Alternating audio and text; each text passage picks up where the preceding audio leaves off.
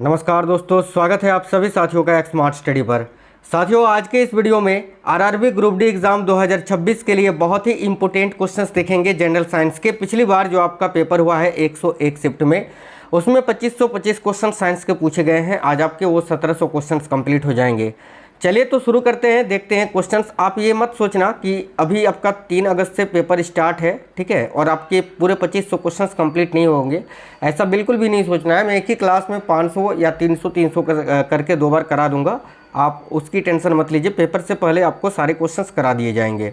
तो चलिए शुरू करते हैं। करेंट अफेयर्स के भी रेगुलर क्लास चल रहा है और अभी आपको जो है ना रात में करेंट अफेयर्स का क्लास मिल जाएगा।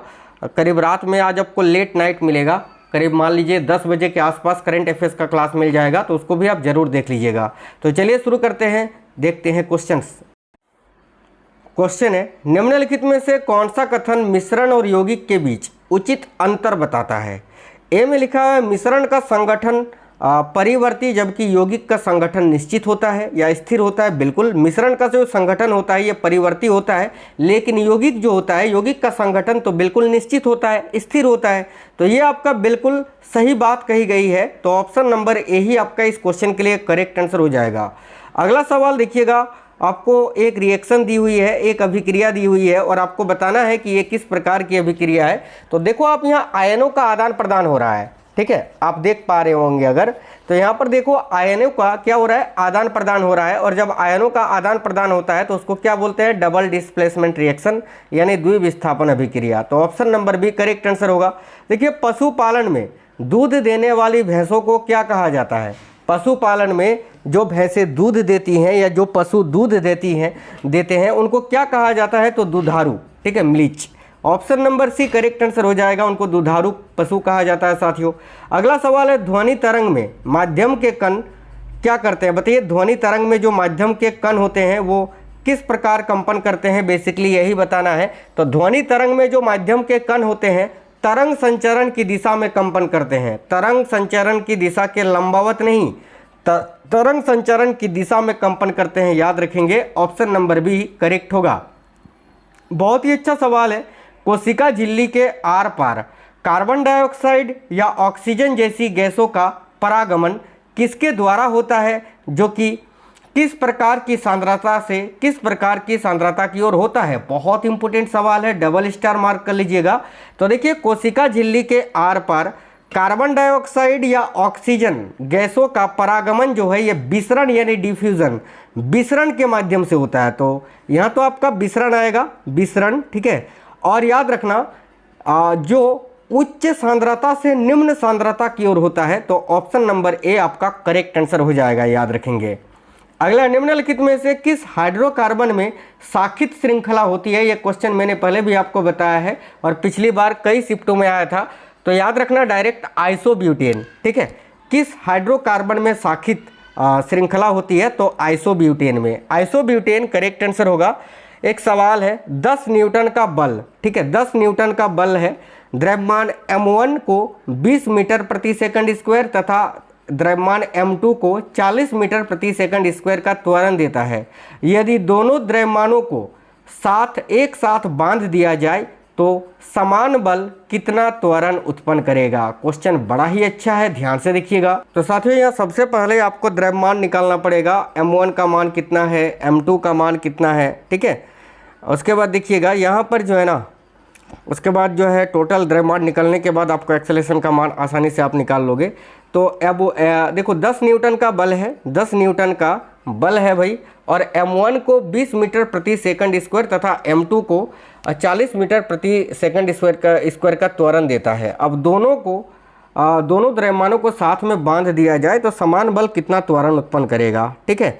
तो m1 का जो त्वरण आपको देके रखा है 20 मीटर प्रति सेकंड है, तो m1, ठीक है, इक्वल टू देखो F/A1 हम करेंगे, इसको A1 मान लेते हैं, एक्सेलरेशन 1।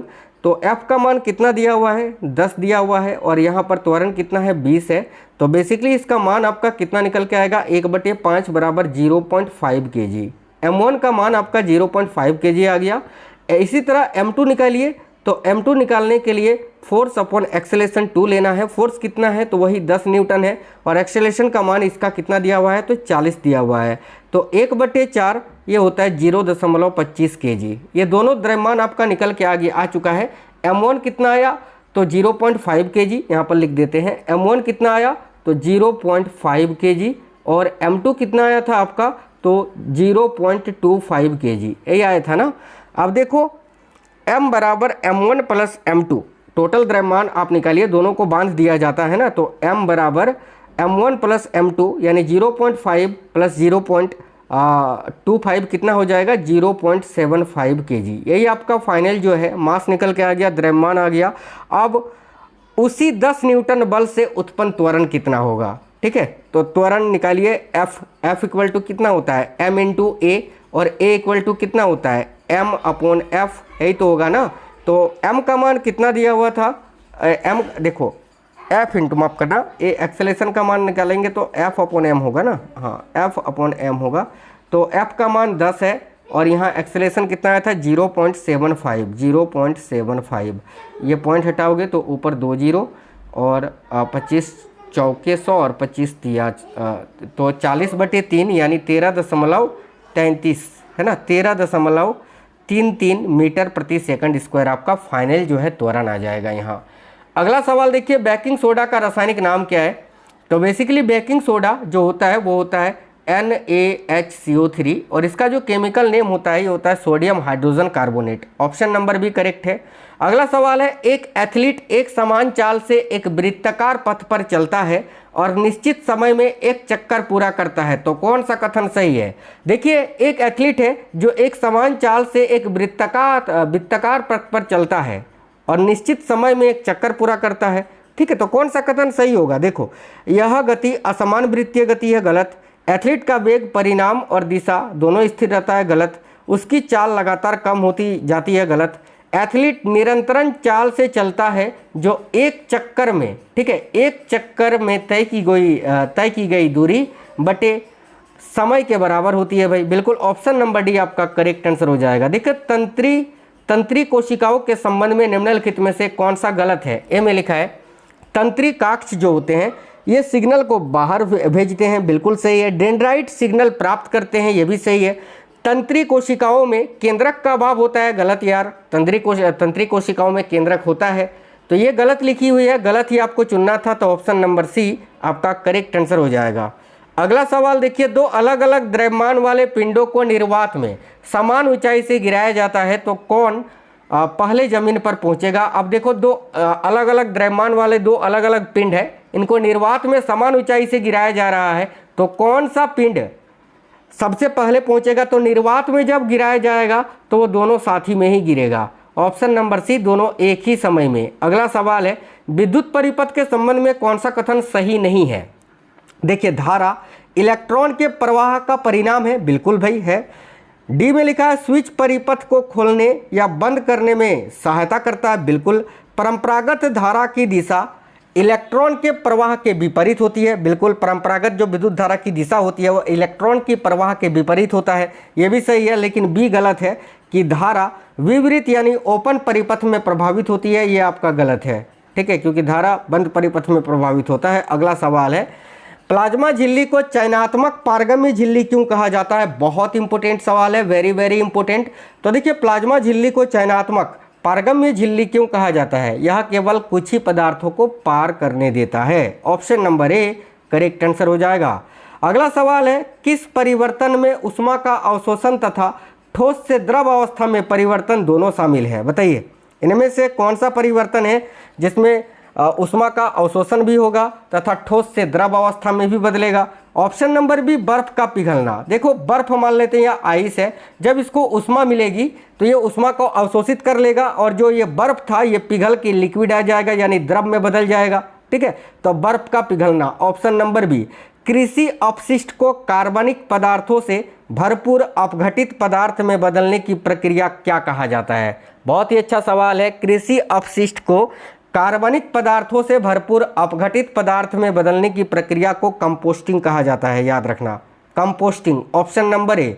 आंख का कौन सा भाग है जो पुतली के आकार को नियंत्रित करता है? तो आइरिस।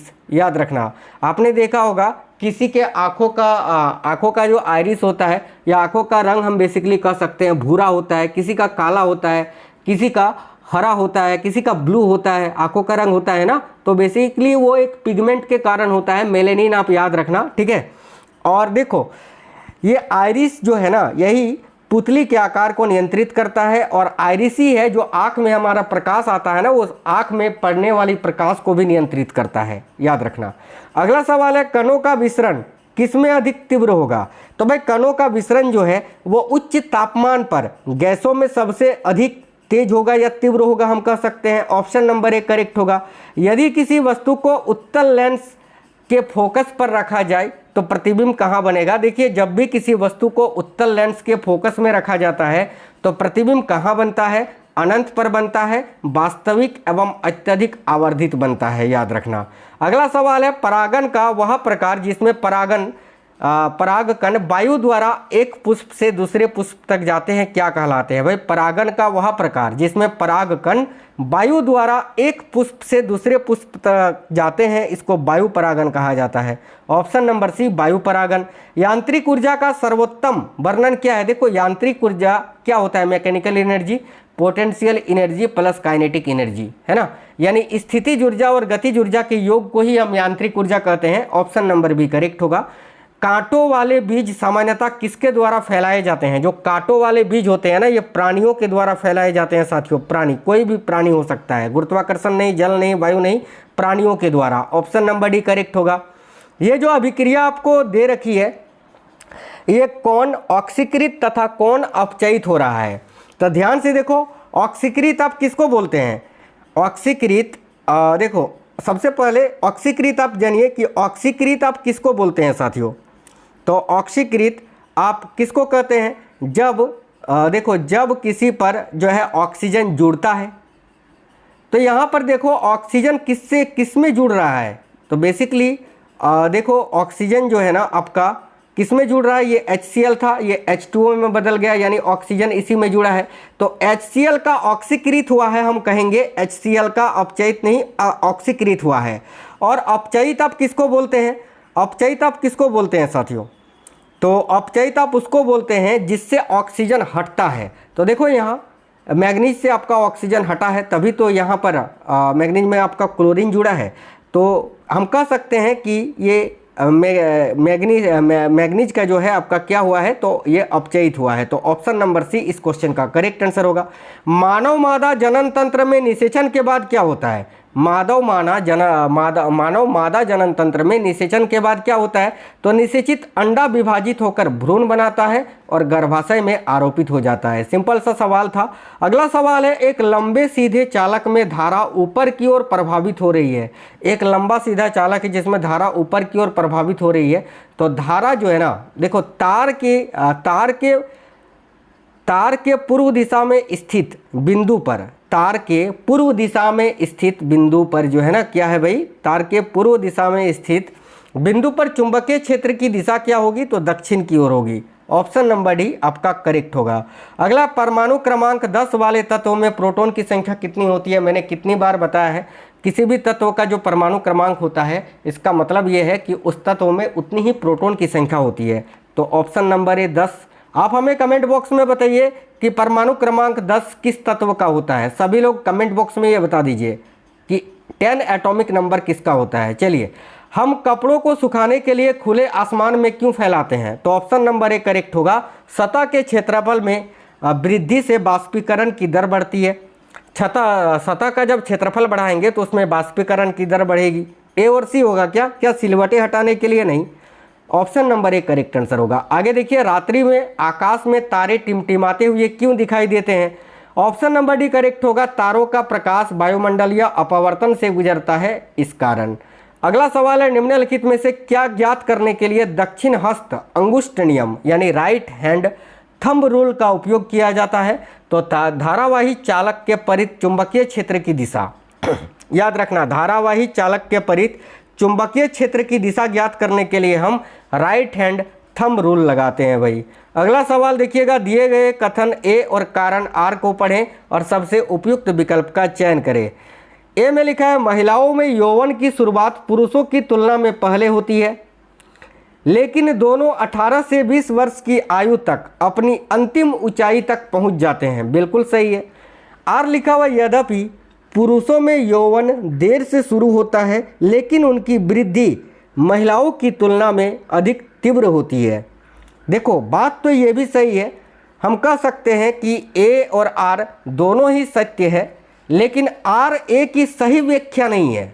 ठीक है, देखो ऑप्शन नंबर डी होगा कि ए और आर दोनों सत्य है, लेकिन आर ए की सही व्याख्या नहीं है भाई। अगला सवाल है, धातु कार्बोनेट की जब अम्ल के साथ अभिक्रिया कराया जाता है तो कौन कौन से उत्पाद बनता है। कोई भी धातु कार्बोनेट की अभिक्रिया जब किसी एसिड यानी अम्ल से कराते हैं तो उससे हमें एक तो लवण मिलता है, कोई सॉल्ट मिलता है, ठीक है, एक जल मिलता है, आपका पानी मिलेगा और कार्बन डाइऑक्साइड गैस मिलेगा।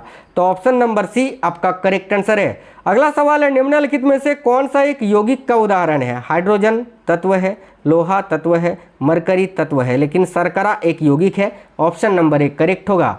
बताइए इनमें से किसकी अभिक्रिया से ब्लीचिंग पाउडर तैयार किया जाता है। तो ब्लीचिंग पाउडर का निर्माण कैसे होता है साथियों। ब्लीचिंग पाउडर का निर्माण तब होता है जब क्लोरीन गैस की अभिक्रिया कैल्शियम हाइड्रोक्साइड से कराते हैं। ठीक है, जब कैल्शियम हाइड्रोक्साइड की अभिक्रिया आप क्लोरीन गैस के साथ कराते हैं तो हमें CaOCl2 यानी ब्लीचिंग पाउडर प्राप्त होता है। तो ऑप्शन नंबर बी इस क्वेश्चन का करेक्ट आंसर है। अगला, घरेलू परिपथ के संबंध में निम्नलिखित में से कौन से कथन सत्य है। ए में लिखा हुआ है सभी उपकरण समांतर क्रम में जुड़े होते हैं। बिल्कुल, घरेलू परिपथ में जो हमारा कनेक्शन होता है, जो वायरिंग वगैरह किया जाता है, वो समांतर क्रम में होता है, बिल्कुल पैरेलल में। ये आपका बिल्कुल सही है। 2 में लिखा हुआ है घरेलू परिपथ में जो अर्थ तार होता है, अर्थ तार में काले रंग का इंसुलेशन होता है। गलत। देखो जो अर्थ वायर होता है ना साथियों, उसमें ग्रीन कलर का, याद रखना हरे रंग का उसका जो तार होता है वो हरे रंग के इंसुलेशन उसमें किया होता है। 3 में लिखा हुआ है, तो ये आपका गलत है 2। ठीक है, घरेलू परिपथ में फ्यूज अत्यधिक धारा को गुजरने देता है। नहीं यार, घरेलू परिपथ में जब अत्यधिक धारा गुजरती है तो फ्यूज क्या करता है, परिपथ को तोड़ देता है, गुजरने कैसे देगा। तो ये भी गलत लिखा हुआ है। 4थे नंबर पर लिखा हुआ है घरेलू परिपथ में न्यूट्रल तार का रंग, देखो न्यूट्रल तार रंग का इंसुलेशन काला होता है। बिल्कुल, घरेलू परिपथ में जो न्यूट्रल तार होता है ना, हमारा न्यूट्रल वायर, उसका जो वो जो वायर होता है वो उसका इंसुलेशन होता है ब्लैक कलर का, काले रंग का। यानी 1 और 4 सही है, तो ऑप्शन नंबर 1 करेक्ट आंसर होगा। पादपों में अलैंगिक जनन के लिए सही कथन का चयन कीजिए। यह प्रतिकूल परिस्थितियों में तीव्रता से घटित होता है। गलत। इसमें नर और मादा युग्मक शामिल होते हैं। नहीं, ये तो लैंगिक जनन में होता है। ये भी गलत है। सी में लिखा है यह निम्नतर और उच्चतर दोनों प्रकार के पादपों में पाया जाता है। बिल्कुल, अलैंगिक जनन जो है ये निम्नतर और उच्चतर दोनों प्रकार के पादपों में पाया जाता है। सी सही है आपका। अगला है जलवायु प्रतिरोधी संकर फसल किसमें भविष्य की खेती के लिए क्यों महत्वपूर्ण है। तो जलवायु प्रतिरोधी संकर जो है, यह देखिए जलवायु प्रतिरोधी संकर फसल किसमें भविष्य की खेती के लिए क्यों महत्वपूर्ण होती है।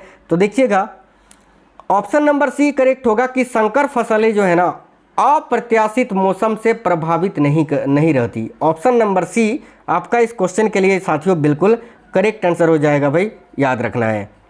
चलिएगा अगला सवाल देख लेते हैं। नेक्स्ट है, बल द्वारा किए गए कार्य का ऐसा मात्रक क्या होता है। जूल होता है। Option number A. निम्नलिखित में से कौन सा अधातु का अभिलक्षणिक गुणधर्म है। क्या अधातु का उच्च गलनांक होता है। नहीं। तन्यता होता है। नहीं। ध्वनिक होती है। नहीं। यह विद्युत का कुचालक होता है। Option number D. इसके अलावा ये भंगुर होते हैं। अगला सवाल देखिएगा, निम्नलिखित में से क्या बालकों में यौन आरंभ का लक्षण है। भाई पुरुषों में यौन आरंभ का लक्षण क्या होता है। यकृत का बढ़ना, पिनियल ग्रंथि का बढ़ना, सिर पर बालों का बढ़ना, नहीं मूंछों का बढ़ना। ऑप्शन नंबर ए आपका करेक्ट आंसर होगा। अगला सवाल है, एक समान वृत्तीय गति में पिंड की चाल कैसी रहती है। तो एक समान वृत्तीय गति में पिंड की चाल नियत रहती है। Option number C. अगला सवाल है, किसी तत्व की परमाणु संख्या किसे कहते हैं। तो भाई किसी भी तत्व की जो परमाणु संख्या होती है, अभी मैंने बताया उस तत्व में मौजूद प्रोटॉन की संख्या ही होती है। और द्रव्यमान संख्या किसको बोलते हैं। तो प्रोटॉन प्लस न्यूट्रॉन की संख्याओं के योगफल को हम द्रव्यमान संख्या कहते हैं। आगे देखिए, छोटे द्वारक वाले गोलाकार दर्पण के लिए वक्रता त्रिज्या r और फोकस दूरी f के बीच क्या संबंध होता है। साथियों देखिए, जो आपका वक्रता केंद्र होता है ना, जिसको आप आर से डिनोट करते हैं, वक्रता केंद्र जो होता है याद रखना वो हमेशा फोकस दूरी का दोगुना होता है। ठीक है, या हम कह सकते हैं कि जो फोकस दूरी होती है ना वो r/2 होती है, यानी वक्रता केंद्र जितना होगा उसकी आधा आपका फोकस दूरी होगा। या तो इसको उल्टा कर लीजिए इस प्रकार से 2f = r। ठीक है, 2f = r, यानी r जो होगा वो साथियों फोकस की दोगुनी होगी। तो ऑप्शन नंबर डी में है, ऑप्शन नंबर डी आपका करेक्ट आंसर होगा। देखिए कौन सा विवरण है जो कोशिका द्रव को सर्वोत्तम रूप से परिभाषित करता है। देखिए क्रोमेटिन के रूप में उपस्थित आनुवांशिक पदार्थ, प्लाज्मा झिल्ली के बाहर दृढ़ पदार्थ नहीं, प्रोटीन परिवहन में शामिल नलिकाओं का जाल नहीं। देखिए प्लाज्मा झिल्ली के अंदर, ठीक है, प्लाज्मा झिल्ली के अंदर का तरल पदार्थ जिसमें कोशिकांग होते हैं भाई, उसी को तो कोशिका द्रव कहते हैं, साइटोप्लाज्म कहते हैं। ऑप्शन नंबर डी करेक्ट होगा। किसी वस्तु पर लगने वाले असंतुलित बल के संबंध में कौन सा कथन सत्य है, बताइए। असंतुलित बल के संबंध में कौन सा कथन सही है। ए में लिखा है इसका वस्तु की गति की अवस्था पर कोई प्रभाव नहीं पड़ता, गलत। यह वस्तु को स्थिर रखता है, गलत। देखिए असंतुलित बल का अर्थ है कि यह वस्तु को गति में लाता है। Option number C correct answer हो जाएगा। अगला सवाल है एक कोशिकीय जीव अमीबा की आकृति कैसी होती है, क्या चप्पल जैसी होती है, नहीं, वो तो पैरामीशियम की आकृति होती है, गलत। परिवर्तनीय होती है, बिल्कुल भाई। एक कोशिकीय जीव जो होती है ना अमीबा, उसकी आकृति परिवर्तनीय है, उसकी आकृति जो है चेंज होती रहती है। ऑप्शन नंबर बी करेक्ट होगा। स्टेथोस्कोप किस सिद्धांत पर कार्य करते हैं, तो ये ध्वनि के बहुपरावर्तन के सिद्धांत पर कार्य करता है।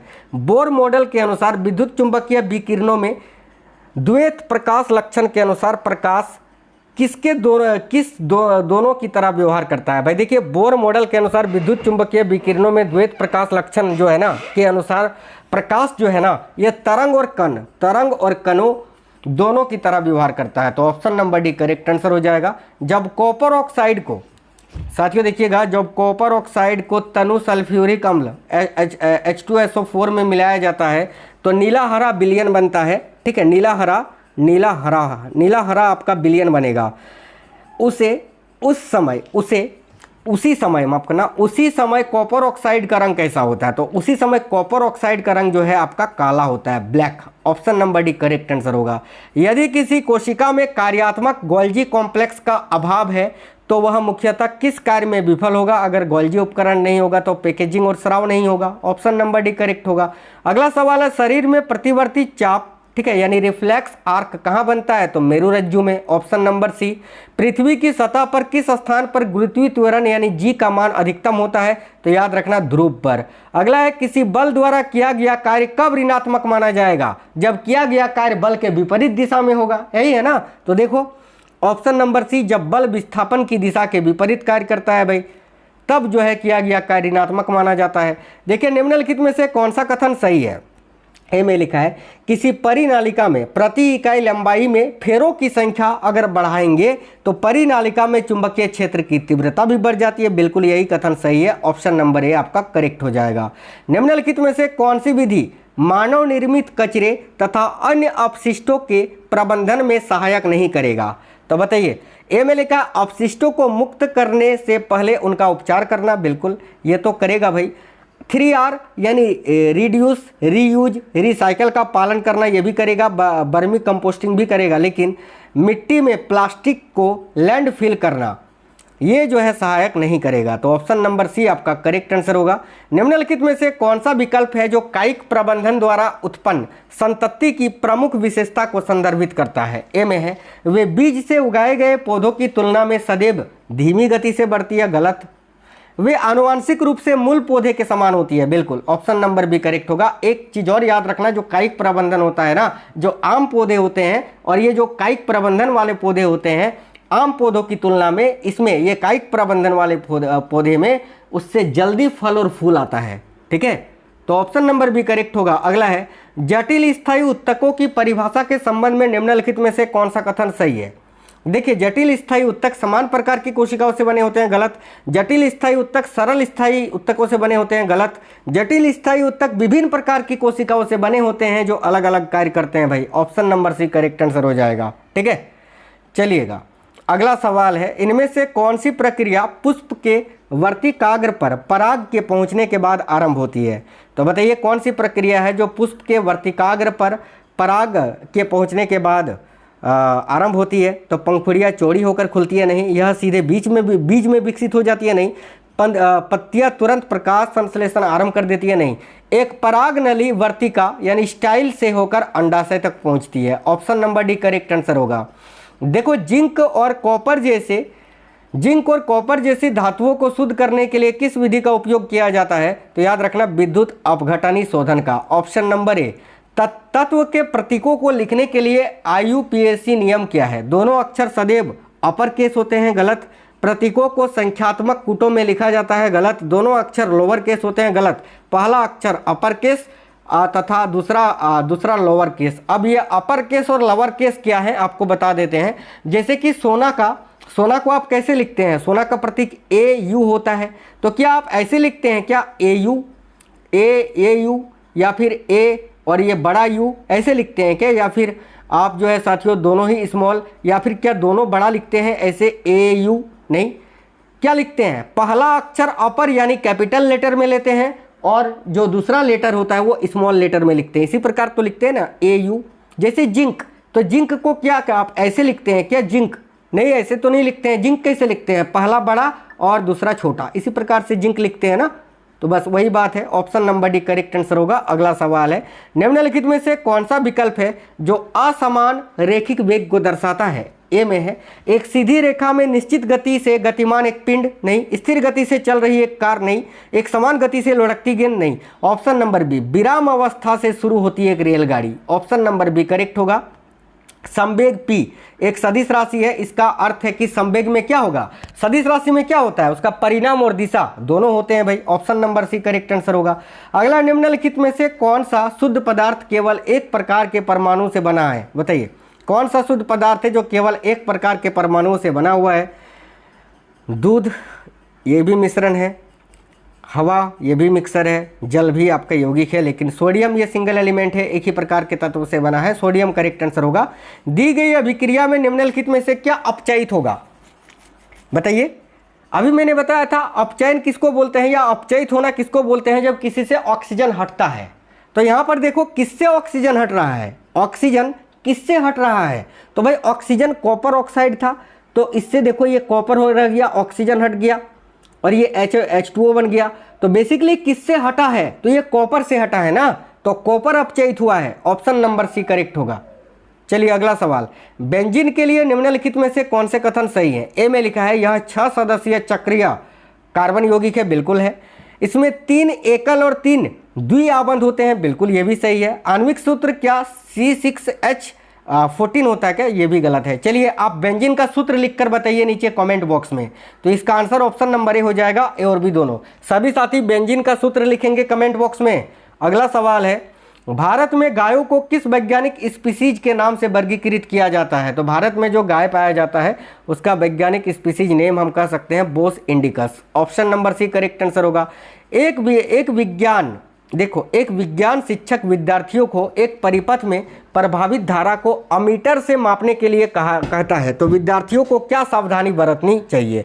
एमीटर को समांतर क्रम में जोड़े नहीं, एमीटर को सही ध्रुवता के साथ श्रेणी क्रम में जोड़ा जाता है। देखो दोनों याद रखना, वोल्ट मीटर और अमीटर दोनों पूछा जाता है साथियों। वोल्ट मीटर जो होता है ना, इसको साथियों समांतर क्रम में जोड़ा जाता है। और देखिए आमीटर जो होता है ना, आमीटर को हमेशा श्रेणी क्रम में जोड़ा जाता है। तो आमीटर की बात की गई है तो इसको श्रेणी क्रम में जोड़ा जाएगा। ऑप्शन नंबर बी करेक्ट है। निम्नलिखित में से कौन सा पुष्पीय भाग है जो जनन में उसके प्राथमिक जैविक कार्य से सही सुमेलित है? बताइए। बाह्यदल बीजांडों का विकास नहीं, पुंकेसर परागकणों का निर्माण। बिल्कुल पुंकेसर जो है ये परागकणों का निर्माण करता है। Option number B correct answer हो जाएगा। देखिए एक बीकर में थोड़ी मात्रा में कॉपर ऑक्साइड लिया जाता है और उसमें तनु हाइड्रोक्लोरिक अम्ल को धीरे धीरे मिलाया जाता है, जिसके परिणाम स्वरूप क्या होगा? बताइए। तो भाई एक तो आपका कॉपर क्लोराइड बनेगा, कॉपर क्लोराइड तो इसमें बनेगा ही बनेगा, है ना। बिल्कुल देखिए कॉपर क्लोराइड के नीले हरे रंग के घोल का निर्माण हो जाएगा भाई। कॉपर क्लोराइड के नीले हरे रंग के घोल का निर्माण। ऑप्शन नंबर बी आपका करेक्ट आंसर हो जाएगा। ठीक है, अगला सवाल देखिएगा, किसी दी गई तरंग के लिए यदि गति को 3 गुना कर दिया जाए और तरंग दैर्घ्य ठीक है। गति यानी चाल को 3 गुना कर दे रहे हैं आप, ठीक है, 3 गुना कर दे रहे हैं, और अगर तरंग ढेर को भी 3 गुना कर दे रहे हैं तो आवृत्ति क्या होगी, याद रखना आवृत्ति हमेशा समान बनी रहती है, तो समान रहती है। ऑप्शन नंबर सी करेक्ट होगा। पशुओं में मुख्य परिवहन तंत्र कौन सा होता है? पशुओं में, जैसे हम भी पशु ही हैं, एनिमल ही हैं, तो पशुओं में मुख्य परिवहन तंत्र क्या होता है? श्वसन तंत्र होता है क्या? नहीं, परिसंचरण तंत्र होता है। Option number B correct answer हो जाएगा। अगला सवाल है, द्रव्यमान संरक्षण का नियम क्या बताता है? देखिए, द्रव्यमान संरक्षण का नियम क्या बताता है, यही आपको बताना है। तो अभिकारकों का द्रव्यमान हमेशा नष्ट हो जाता नहीं,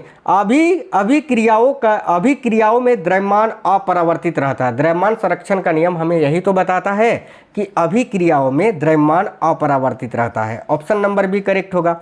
निम्नलिखित में से कौन सा कथन है जो स्वपोषी पोषण का सर्वोत्तम रूप से वर्णन करता है? यह भोजन के लिए पूर्णतः अन्य जीवों पर निर्भर करता नहीं है, तो परपोषी हो गया, बी सही है। इसमें सूर्य के प्रकाश की उपस्थिति में कार्बन डाइऑक्साइड और जल का उपयोग करके भोजन बनाना शामिल है। ऑप्शन नंबर बी करेक्ट हो जाएगा। अगला, यदि किसी वस्तु को अवतल दर्पण के वक्रता केंद्र पर रखा जाए तो बनने वाला प्रतिबिंब, याद रखना जब भी किसी वस्तु को अवतल दर्पण के वक्रता केंद्र पर रखा जाता है तो वस्तु जो है देखो वक्रता केंद्र पर ही बनता है, समान आकार का बनता है, उल्टा बनता है, ठीक है। तो देखो सुई के वक्रता केंद्र पर वास्तविक प्रतिबिंब हमेशा उल्टी होती है और समान आकार का। Option number D correct answer होगा। उदासीन लवण कब बनता है भाई? तो जब प्रबल अम्ल, देखिए जब प्रबल अम्ल प्रबल क्षार के साथ अभिक्रिया करता है, तो ऑप्शन नंबर डी आपका करेक्ट आंसर हो जाएगा। जब प्रबल अम्ल प्रबल क्षार के साथ अभिक्रिया करता है तो ये उदासीन लवण बनता है। देखिए, निम्नलिखित में से कौन सा आर्किमिडीज के सिद्धांत का अनुप्रयोग नहीं है? एक, अनियमित ठोस का देखिए घनफल निर्धारित करना, ये तो है। पनडुब्बी का तैरना और गोता लगाना, ये भी है। किसी तार का विद्युत प्रतिरोध मापना, क्या ये आर्किमिडीज का सिद्धांत है? क्या नहीं, तो option number C correct answer होगा। आगे देखिए, वस्तु और प्रतिबिंब की दूरियों के मापन हेतु गोलीय लेंसों के लिए चिन्ह परिपाटी का उपयोग करते समय सभी माप कहाँ से लिए जाते हैं? तो भाई लेंस में बोला है, तो लेंस में जो है ना, लेंस के प्रकाशिक केंद्र से लिया जाता है। Option number B correct answer हो जाएगा। आगे देखिएगा, निम्न में से कौन सी संरचनात्मक विशेषता असंतृप्त कार्बनिक यौगिकों की उच्च अभिक्रियाशीलता में योगदान करती है?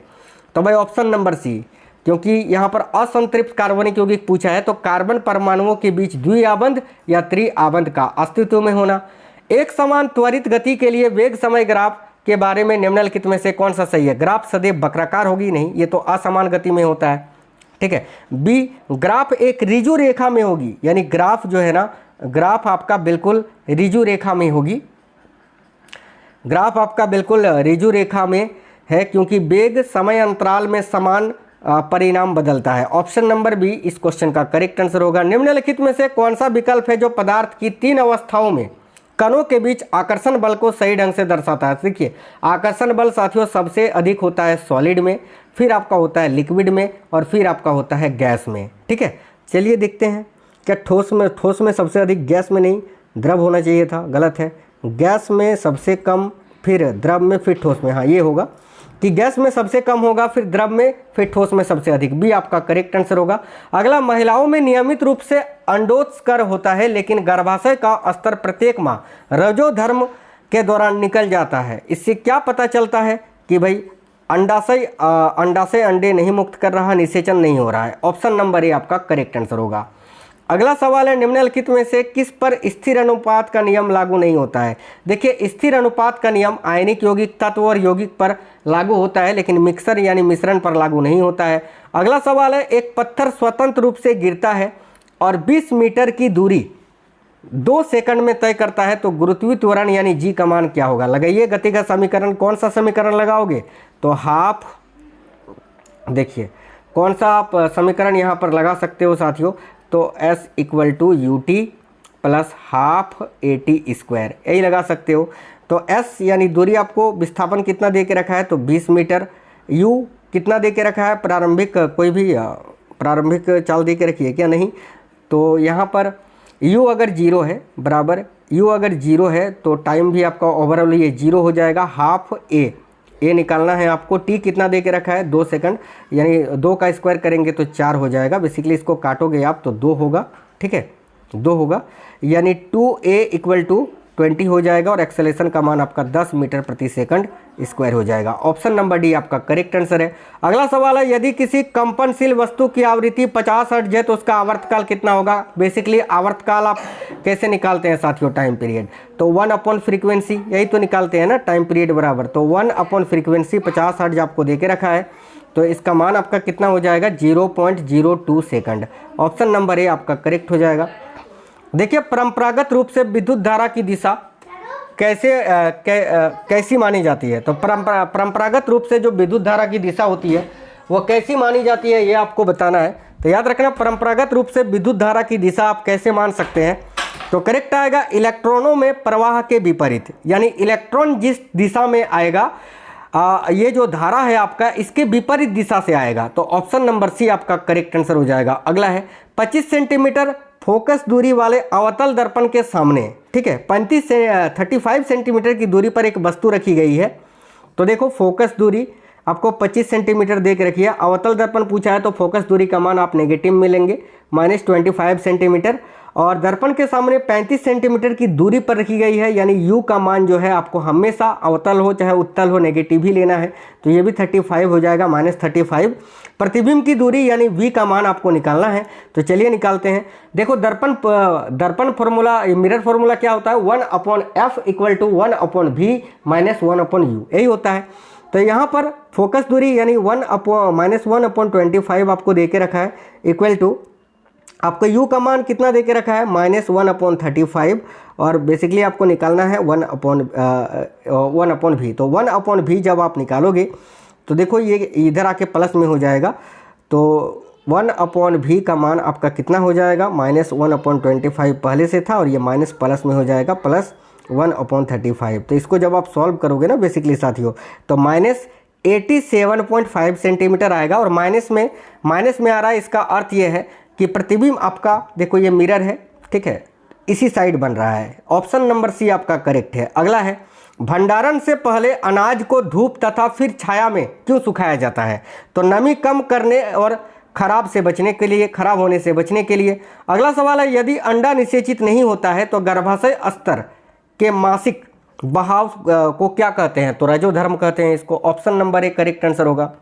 देखिए, अवतल और उत्तल दर्पण की पहचान कैसे की जाती है, अवतल दर्पण और उत्तल दर्पण की पहचान आप कैसे कर सकते हैं। Option number B.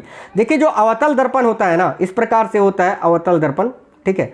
तो भाई जो अवतल दर्पण होता है, अवतल का जो परावर्तक पृष्ठ होता है ये देखो अंदर की ओर होता है, और उत्तल दर्पण इस प्रकार से होता है ना, ये बाहर की ओर होता है, याद रखना। Option number B correct answer हो जाएगा।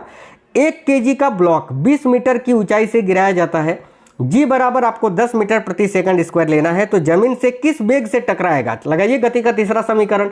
गति का तीसरा समीकरण होता है v² = u² + 2as, ठीक है। तो भाई आपको क्या निकालना है यहाँ पर, वेग से v का मान बेसिकली आपको निकालना है, तो v² = u², u का मान कुछ भी नहीं है, 0 है, तो 0 ये हो जाएगा ओवरऑल।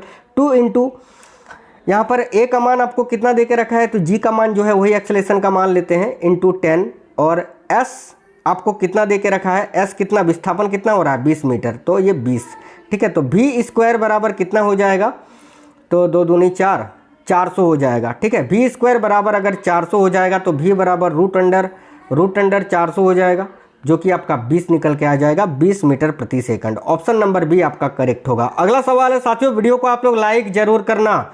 देखिए, कार्बन यौगिक के पूर्ण दहन से क्या बनता है। साथियों, जब भी कोई कार्बनिक यौगिक पूर्ण रूप से दहन होता है तो उससे कार्बन डाइऑक्साइड गैस और जल बनता है। ऑप्शन नंबर सी करेक्ट होगा।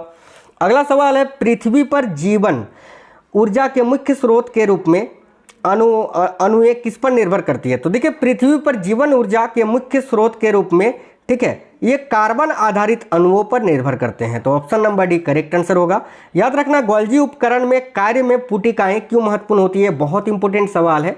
तो गोल्जी उपकरण के कार्य में पुटिकाएं क्यों महत्वपूर्ण होती है, तो याद रखना ऑप्शन नंबर सी, पदार्थों को गोल्जी उपकरण से लाती और ले जाती है ये भाई। ऑप्शन नंबर सी करेक्ट होगा। गोल्जी उपकरण की चपटी ढेर की गई थैलियों को क्या कहा जाता है? गोल्जी उपकरण की चपटी ढेर की गई जो थैलियाँ होती है उसको सिस्टर्नी कहा जाता है। याद रखना ये दोनों क्वेश्चन बहुत इंपॉर्टेंट है। सिस्टर्नी। देखिए एथेनोइक अम्ल जब अल्कोहल के साथ अभिक्रिया करता है तो क्या बनाता है? तो एस्टर बनाता है, एस्टर। अगला है कथन ए। कथन ए में लिखा हुआ है कि पौधों को उचित वृद्धि के लिए विशिष्ट पीएच या विशिष्ट मृदा पीएच चाहिए। बिल्कुल सही है ये। बी में लिखा हुआ है किसान पीएच का उपयोग उर्वरक के प्रकार को तय करने के लिए करते हैं। ये भी सही है, यानी दोनों सही है। तो option number A correct answer हो जाएगा, दोनों सही है भाई। यदि अंडा निषेचित नहीं होता है तो महिला के शरीर में क्या होता है? सिंपल सा सवाल है, क्या होगा? अगर निषेचन ही नहीं होगा तो भाई क्या होगा? ऑप्शन नंबर सी गर्भाशय स्तर रक्त और श्लेष्मा के रूप में बाहर निकल जाता है। ठीक है, चलिए अगला सवाल देखिएगा। सीधे धारावाही चालक के चारों ओर चुंबकीय क्षेत्र कैसा होता है? तो सीधे माफ करना यार, देखो सीधे धारावाही चालक के चारों ओर जो चुंबकीय क्षेत्र होता है ये चालक के सिरों ओर सकेंद्रित वृत्त बनाता है। ऑप्शन नंबर डी करेक्ट होगा। जब कोई ठोस पिघलता है लेकिन तापमान नहीं बदलता तो ऊष्मा ऊर्जा कहाँ जाती है? ऑप्शन नंबर बी आकर्षण बल को दूर करने के दौरान, माफ करना नहीं बी नहीं, विलीन किसे हो जाएगा? देखो आकर्षण, देखिए कणों के बीच आकर्षण बल को दूर करने में प्रयुक्त होती है। ऑप्शन नंबर सी आपका करेक्ट होगा। अगला सवाल है किसी तत्व के समस्थानिकों में किसकी संख्या समान होती है? तो समस्थानिक में साथियों प्रोटॉन की संख्या समान होती है। कितनी बार मैंने पढ़ा है, चलती कार में जब अचानक ब्रेक लगता है तो यात्री आगे की ओर झटका इनको लगता है। क्यों? क्योंकि भाई हमारा शरीर जो है ये गति में ही रहना चाहता है, तो गति के जड़त्व के कारण। अगला सवाल है ऑप्शन 100 की निम्नलिखित में से कौन सा अजैविक कारक है जो कृषि उपज में भंडारण हानि के लिए जिम्मेदार है? यानी अजैविक कारण, जैविक नहीं, अजैविक कारण कौन सा है? तो जो कृषि उपज में भंडारण हानि के लिए जिम्मेदार होता है तो आर्द्रता। Option number D correct answer हो जाएगा। साथियों बहुत इंपॉर्टेंट सवाल थे। रात में 10 बजे करंट अफेयर्स के टॉप 100 क्वेश्चंस आपको मिलेंगे। बहुत इंपॉर्टेंट क्लास है 2026 के करंट अफेयर्स, जरूर देखना। वीडियो को लाइक करिए, अपने दोस्तों के साथ ज़्यादा से ज़्यादा शेयर करिएगा। मिलेंगे आपसे नेक्स्ट वीडियो में। जय हिंद, वंदे मातरम।